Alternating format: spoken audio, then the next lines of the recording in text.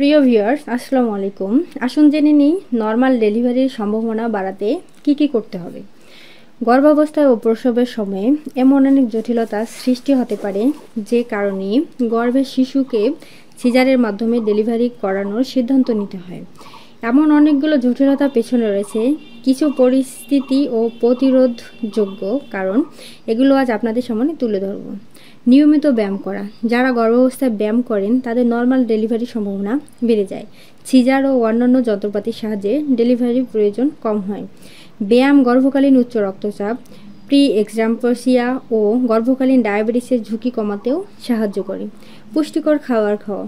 স্বাস্থ্যকর ওজন বৃদ্ধি নিশ্চিত করাতে অস্বাস্থ্যকর অতিরিক্ত চিনি ও তেল চর্বিযুক্ত খাবার খাওয়া বাদ দিয়ে সঠিক পরিমাণে সুষম খাবার খাইতে হবে।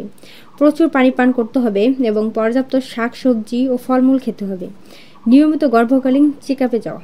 নিয়মিত গর্ভকালীন চেকআপে গেলে গর্ভবতী ও গর্ভের শিশুর স্বাস্থ্য সম্পর্কে নানান গুরুত্বপূর্ণ তথ্য উঠে আসে। ফলে এসব জটিলতা আগে ধরে ফেলে চিকিৎসা শুরু করা সম্ভব হয়।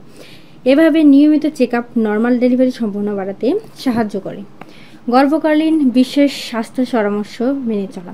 এসব পরামর্শের মধ্যে রয়েছে গর্ভধারণের পরিকল্পনা শুরু করার পর থেকে নিয়মিত আয়রন, ফলিক অ্যাসিড খাওয়া, কাজের জায়গায় একটানা বেশিক্ষণ দাঁড়িয়ে না থাকা এবং ভারী জিনিস বহন করা থেকে এড়িয়ে চলা, পর্যাপ্ত বিশ্রাম নেওয়া, রাতে 7 থেকে 9 ঘন্টা ঘুমানোর চেষ্টা করা, গর্ভাবস্থার বিপদচিহ্নগুলো জেনে রাখা এবং যে কোনো একটি দেখা দিলে দ্রুত হাসপাতালে যাওয়া। সঠিক মাত্রায় ওজন বৃদ্ধি নিশ্চিত করা। মা ও গর্ভের শিশুর সুস্বাস্থ্য নিশ্চিত করতে গর্ভাবস্থায় সঠিক মাত্রায় ওজন বৃদ্ধি খুব গুরুত্বপূর্ণ। গর্ভাবস্থায় কতটুকু ওজন বাড়লে তা মা ও গর্ভের শিশু স্বাস্থ্যের জন্য সবচেয়ে উপযোগী হবে, সেই হিসেবটা এক একজনের ক্ষেত্রে এক এক রকম। এ সময়ে খুব দ্রুত ওজন না বাড়িয়ে ধীরে ধীরে বাড়ানোর লক্ষ্য রাখা উচিত।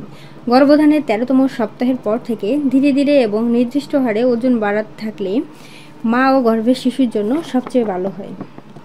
কেগেল এক্সারসাইজ করা। আমাদের দুই পায়ের মাঝখানে একটি পেশিবহুল পর্দার মতো অংশ থাকে। একে পেলভিক ফ্লোর বলা হয়। এটি জরায়ু, মূত্রথলি ও নাড়িভুঁড়িকে সঠিক স্থানে ধরে রাখতে সাহায্য করে। প্রসবের সময় এই পেশিগুলো গুরুত্বপূর্ণ। ফ্লোরের পেশি দুর্বল হয়ে গেলে হাঁচি, কাশি অথবা চাপ দিয়ে মলত্যাগ করার সময় কয়েক ফোঁটা প্রস্রাব বেরিয়ে আসার সমস্যা সহ নানান জটিলতা দেখা দিতে পারে। আগে থেকে নিয়মিত পেলভিক ফ্লোরের ব্যায়াম করলে তা এই ধরনের সমস্যা এড়াতে সাহায্য করে।